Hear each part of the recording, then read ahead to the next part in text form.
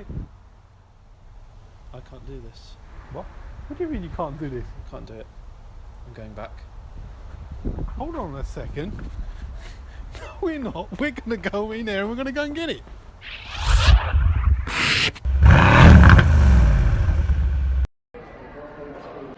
Right, so here we are in a place that, well, I certainly never thought I'd see myself.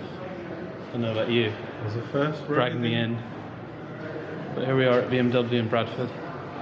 And we're here to pick up something that I drove a few weeks ago, if you saw on Instagram. And I was damn impressed by, to be honest. We'll have a look at the car in a minute, but we also tried the M6, and that we weren't that impressed with, if I'm honest with you. It was the lack of sound. Don't get me wrong, it was a good dynamic car.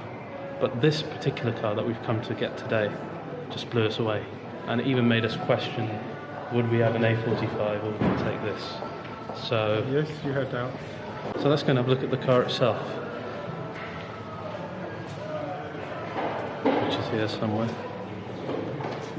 I brought a vomit bag with me as well because of sort of all this bizarre stuff going on here. I don't even know what these cars are, but let's go in here. Like all modern cars, the current M3 has grown bigger after each iteration, and for years enthusiasts have clamoured for a successor to the original smaller M3s, such as the legendary E30 and E46 coupes. And this is BMW's response, the new M2 Coupe, a smaller, back-to-basics M car. And it is a proper M car.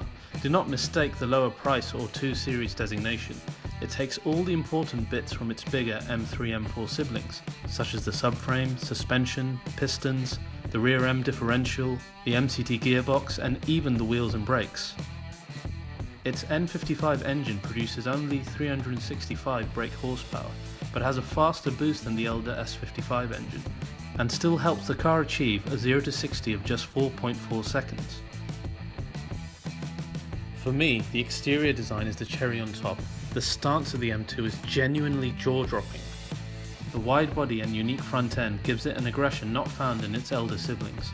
It's a shame that there's only one style of interior design available, and it's not different enough to the normal 2 Series.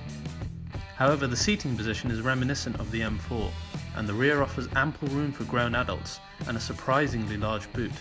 However, the so-called exposed carbon trim was an odd design choice in our opinion. True to form, we obsess over sound at RBR, so let's see how the M2 fares.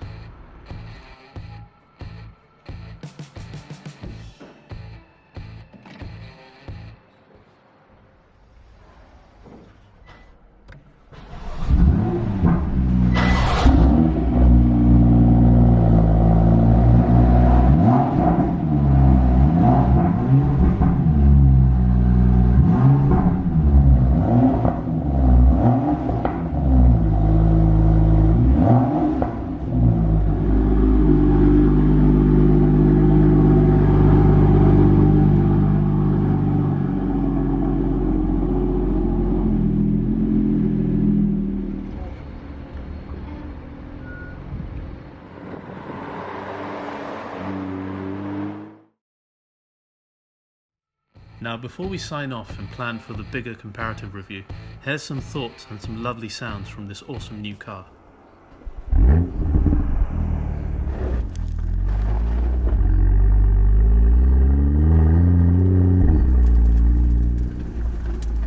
So let's talk about why, as an AMG nut, I was so endeared to this car.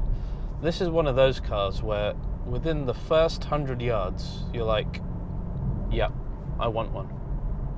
And it's because of small little things like the steering feel, the little sounds and pops you get from the exhaust, how nimble the car feels, the seating position. It's just those little bits, that X factor, that as a driver you're just like, this is the one.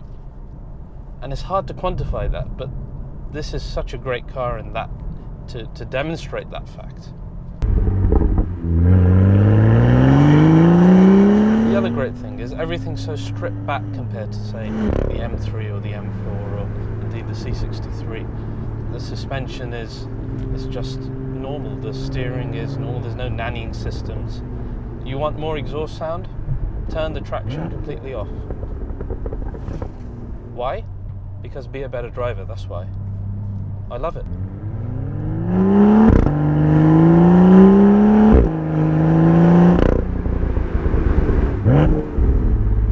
To be honest, it's even made me question whether if I was going to own one personally outside of the Veloster fleet, would I go for this or would I go for an A45? I don't know.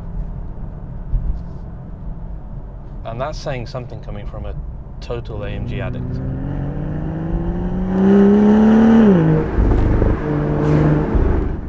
I really do love the way this car feels.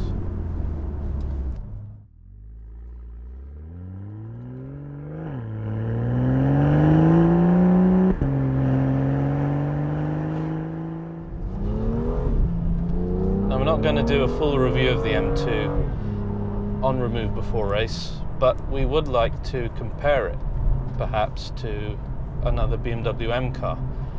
And the reason for that is, at Remove Before Race, we're not about what brand is better than the other brand, because the fact of the matter is, no matter how much the internet trolls and the keyboard warriors and the clickbait auto journalist twin tests want to make you believe, the guy who's going to go out and buy an M3 is going to buy that damn M3 no matter what you tell him about the C63.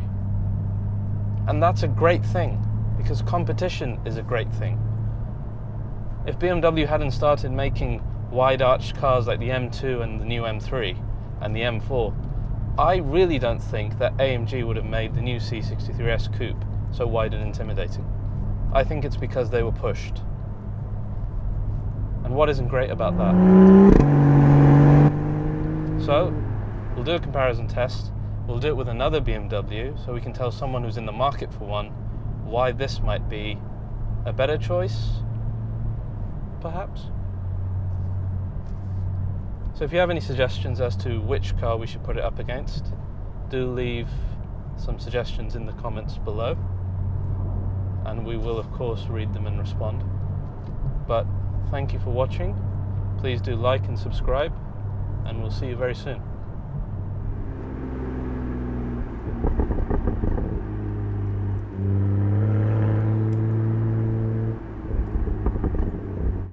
Coming soon to Remove Before Race. The spec of our M2 changes beyond recognition, and we buy a new supercar.